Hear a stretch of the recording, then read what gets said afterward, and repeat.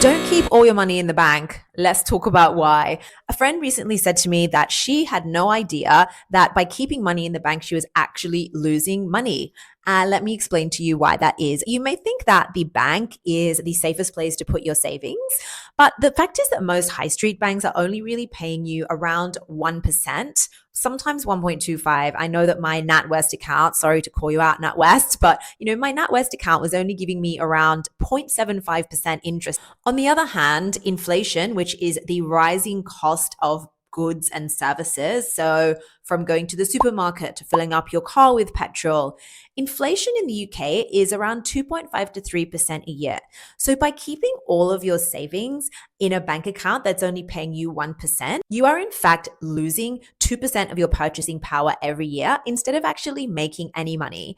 So the best thing to do is to, firstly, I would move that money into a high yield savings account. There are so many on offer. I've got a couple of videos back that I did last week on the best high yield accounts in the UK at the moment. You can get around 4 or 5% in these.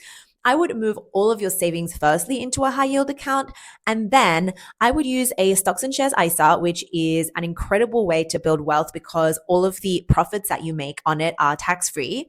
I would start moving small amounts by direct debit, just whatever you feel comfortable with, and obviously depending on your personal investment goals and growth goals. But I would move small amounts of your savings into your stocks and shares ISA and have it invest them regularly for you in index funds such as the S&P 500 or the FTSE All World, which are just a basket of stocks that tracks a global index and averages out over time to give you returns of anything from 7 to 10% per year.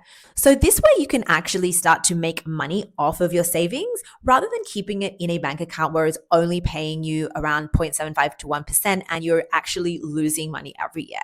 Hope that helped.